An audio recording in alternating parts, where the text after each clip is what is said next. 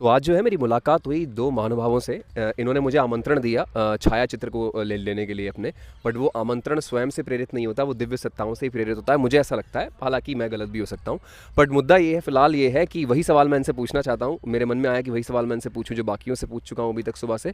तो भाई जी, मेरा प्रश्न ये है कि अगर आप आज 10, 5 या 20 साल, डिपेंडिंग अपॉन योर एज, अगर आप पीछे जा सकते तो आप ऐसे अपने पिछले वाले सेल्फ को, पुराने वाले सेल्फ को आज आप अपने अनुभव के आधार पे ऐसा क्या सजेस्ट करते, ऐसा क्या एक पीस ऑफ विजडम देते जिससे उसकी ज़िंदगी उतने टाइम के बाद बदल जाती, यानी कि जब वो आज में आता।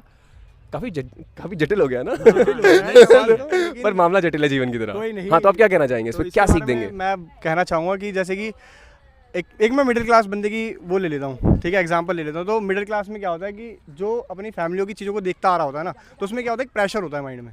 तो वो प्रेशर क्या होता है कि वो जो बचपन भी ख़राब कर देता है और आने वाला टाइम भी। तो उसमें बंदा ये नहीं सोच पाता है कि मैं अपना बचपन कैसे जीऊँ और मैं आगे के लिए कैसे सोचूँ। वो उस स्ट्रेस में रह के रह जाता है कि भाई कि मैं अभी या तो मैं अच्छे से खेल ही लूँ, या मैं अच्छे से पढ़ाई कर लूँ, या फिर मैं आगे की रिस्पॉन्सिबिलिटीज़ देख लूँ।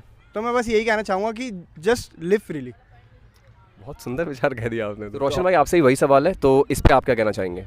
मैं यही कहना चाहूँगा कि किसी भी एज में, आज चाहे हम 25 के हैं या 5 के हो जाए या 10 साल या 20 साल पीछे जाते हैं, तो जो अपनी मनुष्य अपनी समझदारी के अनुसार करता है कि मनुष्य की सभी योजनाएं व्यर्थ हैं, क्योंकि होना वही है जो होना है, और कुछ भी चीज़ रैंडम नहीं है। आपसे ही हमारी मुलाकात ये पहले से तय था, इसलिए मनुष्य की अपनी योजनाएं व्यर्थ हैं, होना वही है जो पहले से होगा, क्योंकि कोकरी तर्क बढ़ावई शाखा, हुई है वे जो राम रच राखा। अरे बहुत सुंदर बात कह दी है, और इससे मुझे जॉन लेनन वाली वो बात याद आ गई कि life is what happens while you are busy making other plans, और यही अनुभूति मुझे कई बार हो चुकी है।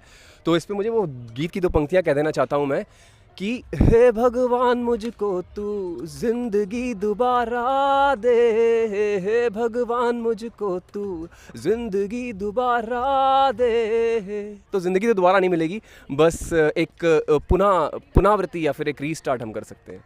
तो बड़ा आशा करता हूँ आपका जीवन मंगलमय हो। तो एक जैसे कि आपकी पर्सनैलिटी को देख के एक मैं कोट कहना चाहूँगा, वो भी इंग्लिश में ही है। When you count your, the more you count your blessing, the more blessing you will have to count. अरे बहुत सही बातचीत हो गई आज तो तो बहुत सही बातचीत हो गई। तो ये पर्सनैलिटी देख के मेरे को भाई की लगा कि वो जितनी काउंट ब्लेसिंग कर रहे हैं ना, उनको और ज़्यादा ही ब्लेसिंग्स मिल रही है। बहुत सही, बहुत सही। एक और बात कहना चाहूँगा मैं, जॉन इलिया साहब का एक शेर है कि मलाल है, ये पीछे बातें आपने कहा कि 20 साल अगर पीछे जाते, जो बीत गया वो बहुत ही अच्छा बीता है, कि मलाल है मगर इतना मलाल थोड़ी है, मलाल है मगर इतना मलाल थोड़े है, ये आँख रोने की शिद्दत से लाल थोड़ी है, और मज़ा तो तब है जब हम हार कर भी मुस्कुराएं, हमेशा जीत ही जाना कमाल थोड़ी है। अरे गजब, अरे गजब।